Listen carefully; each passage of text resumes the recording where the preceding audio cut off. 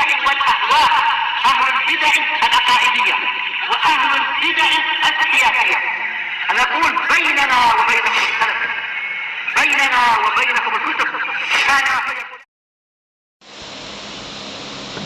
بسم الله الرحمن الرحيم.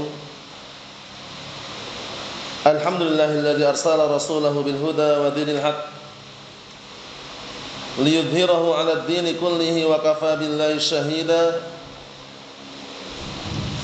أشهد أن لا إله إلا الله وحده لا شريك له إقرارا به وتوحيدا، وأشهد أن محمدا عبده ورسوله صلى الله عليه وعلى آله وسلم تسليما مزيدا لا نبي بعده. Ikhwani fid din, a'azzani wa a'azzakumullah jami'an wa barakallahu fikum. Kita lanjutkan bacaan terhadap kitab Syarah Silsilah Rasail yang syarah oleh Asy-Syaikh Shalih Al-Fauzan astabahullah.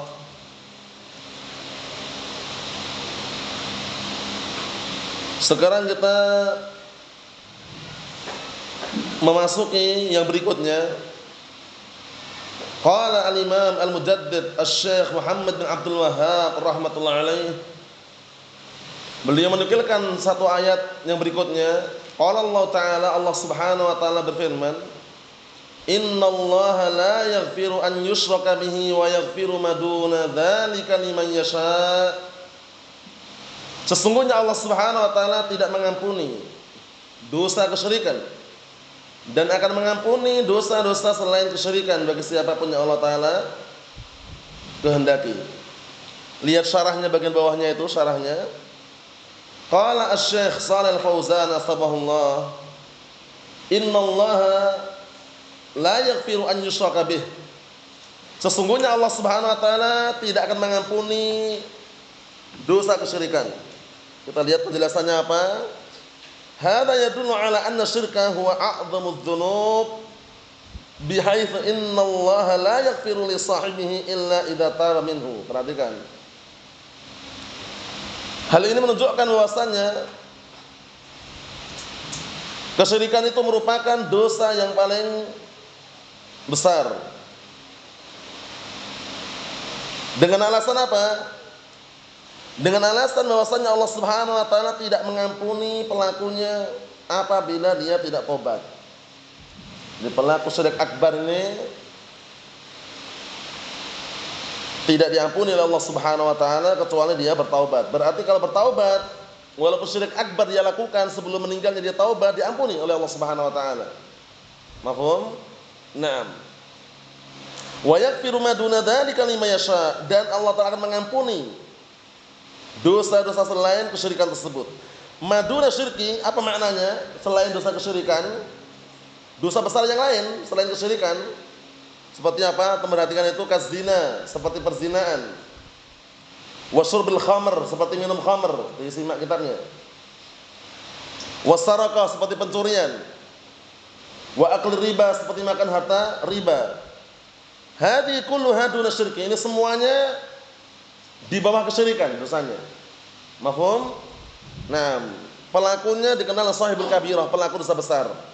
Pelaku dosa besar menurut ahli sunnah wal jamaah, ingat-ingat itu, mu'minun bi imanih naqisul iman.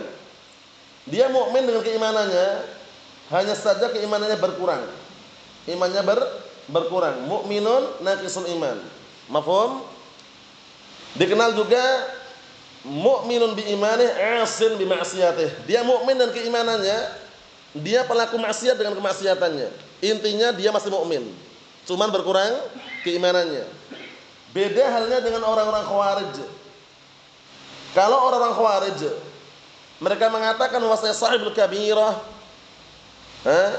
nam ka'adadil asyarah. Kata mereka, pelaku dosa besar itu bagaikan bilangan 10 kata mereka.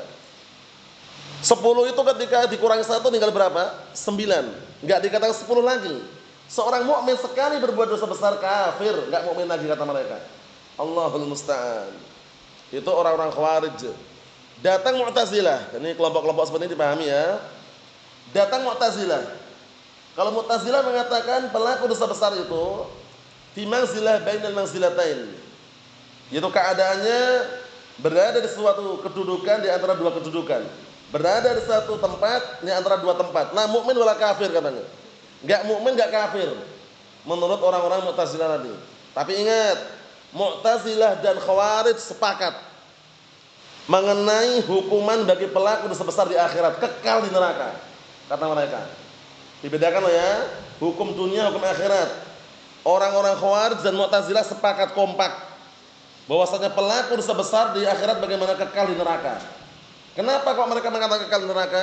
Karena dua kelompok ini termasuk yang meniadakan syafaat untuk ahlul kabair. Paham? Di sana ada tiga kelompok yang masyhurah itu Syiah Rafidah, Khawarij dan Mu'tazilah. Meniadakan syafaat untuk ahlul kabair. Ini jelas keliru. Ahlul kabair, pelaku dosa besar selain dosa kesyirikan, itu di akhirat tahta masyiatillah. Itu pendapat Ahlus Sunnah wal Jamaah dikondisikan. Tahta masyiatillah, di bawah kehendak Allah Subhanahu wa taala. Insya'a 'adzabahu wa insya'a ghafara lahu. Jika Allah Taala berhak mengadab, akan mengadabnya sesuai dengan kadar dosanya. Dan jika berhak untuk apa? Jika Allah telah menginginkan untuk apa? Untuk mengampuni, akan diampuni. Dan langsung masuk ke surga, bayangkan itu. Itu menurut Ahli Sunnah wal Jamaah. Jangan seperti orang-orang Khawarij, Mu'tazilah, Rafidah tadi. Bahwasanya sahibul kabirah tidak berhak mendapatkan apa? Syafaat. Dan kita bantah kemarin ya, pertemuan tadi di kitab yang lain, bahwasanya apa? Itu pendapat yang batil. Adapun perkataan fama tanfa'uhum syafa'atus syafi'in, maka tidak bermanfaat bagi orang-orang kafir. Syafaatnya para pemberi syafaat itu orang kafir. Sedangkan sahibul kabirah menurut Ahli Sunnah wal Jamaah kafir enggak? Pelaku dosa besar menurut Ahli Sunnah wal Jamaah kafir atau tidak? Tidak kafir. Paham ya? Nah, di akhirat hukumannya bagaimana? Tahta masyiatillah, di bawah kehendak Allah Subhanahu wa taala.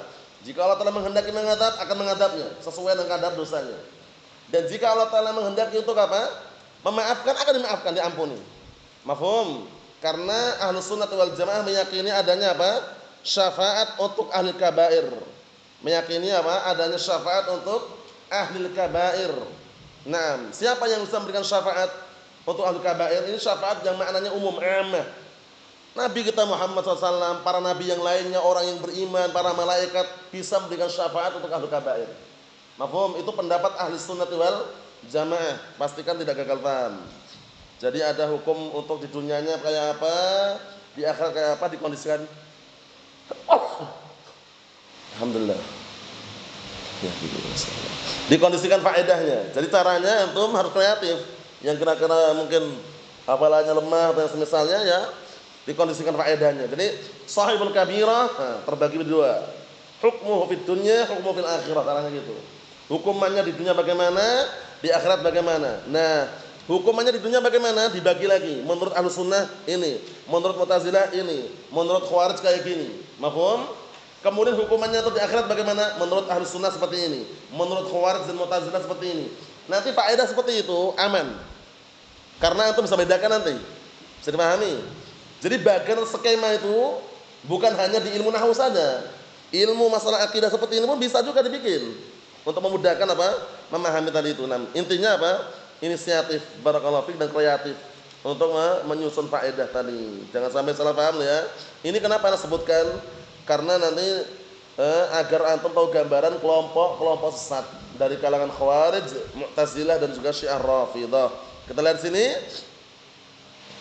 Hadhihi kulluha duna syirki, ini semuanya dosa tadi, perzinaan, minum khamr, mencuri, makan harta riba, ini semuanya selain kesyirikan, di bawah kesyirikan maksudnya.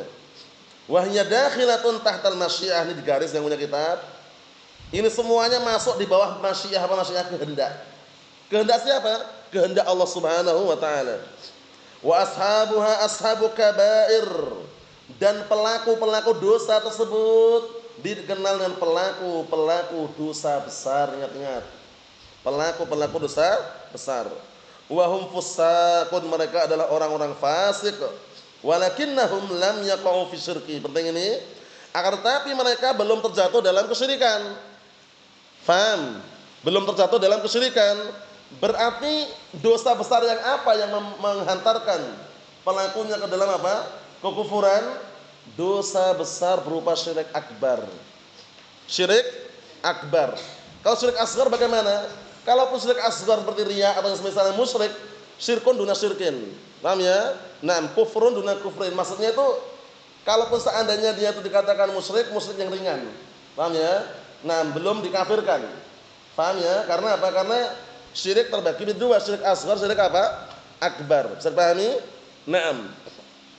Tapi kalau sudah melakukan dosa besar berupa syirik akbar ini kafir pelakunya. Allahul musta'an. Kita lihat. Wa inna ma waqa'u fil kaba'ir, hanya saja mereka-mereka tadi terjatuh dalam dosa-dosa besar. Fahiya tunqisu imanuhum atau fahiya tanqusu imanuhum. Bahwasanya dosa-dosa besar tadi itu kalau kembali ke dia berarti tunqisu imanahum, bisa mengurangi keimanan mereka. Wa yuhkam 'alaihim bil fisqi, dan dihukumi mereka tersebut dengan kefasikan.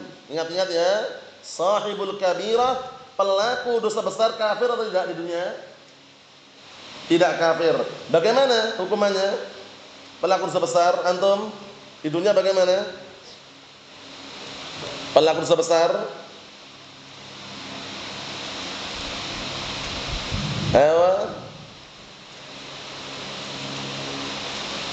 tidak kafir ya kan? Terus bagaimana hukumannya? Simpel kan? Ada jawabannya simpel kan? Coba antum. Anda suruh tak ingatkan tadi kan? Kondisikan faedahnya. Ya kan? Karena ini penting ini. Ada hukum di akhirat, hukum di dunia. Pelaku dosa besar bagaimana hukumnya dunia? Kafir, musyrik atau muslim mukmin?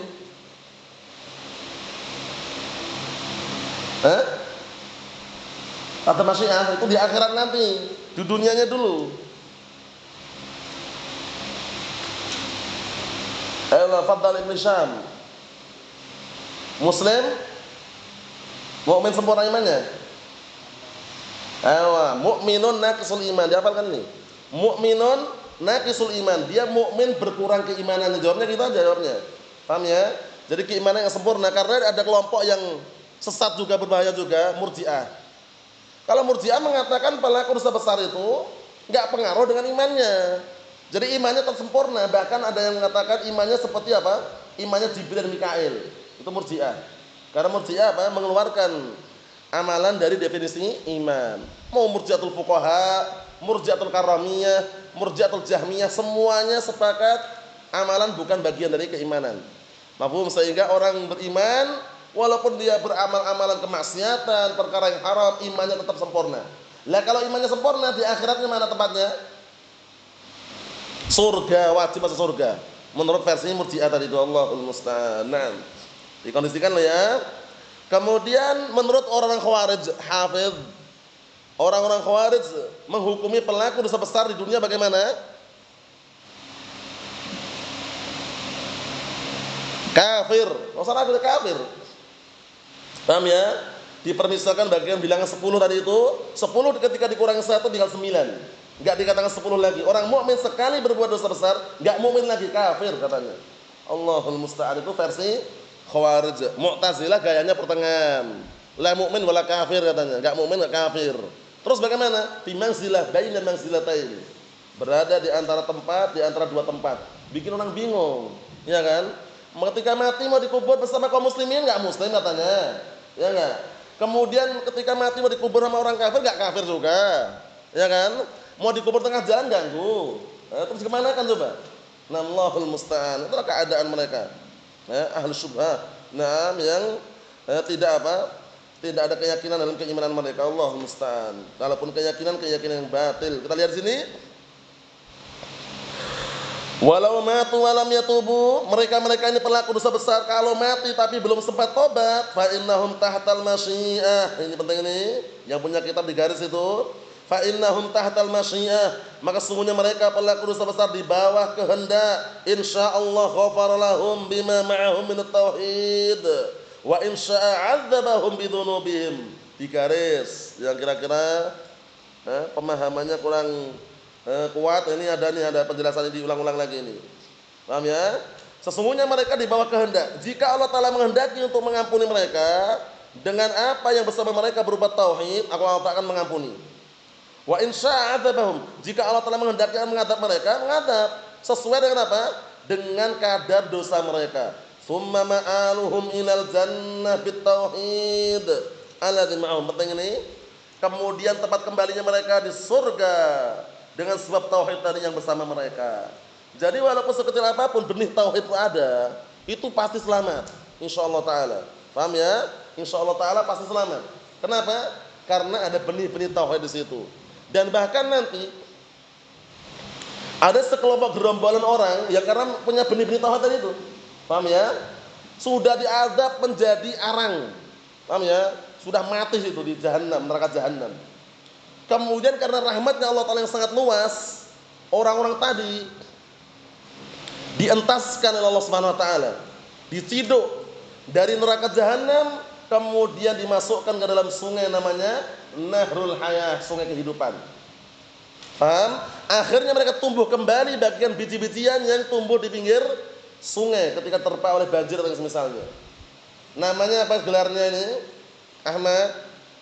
Gelar orang-orang yang sudah pernah masuk neraka jahanam, kemudian Allah Ta'ala entaskan, dicelupkan ke dalam sungai kehidupan tadi. Gelarnya apa mereka?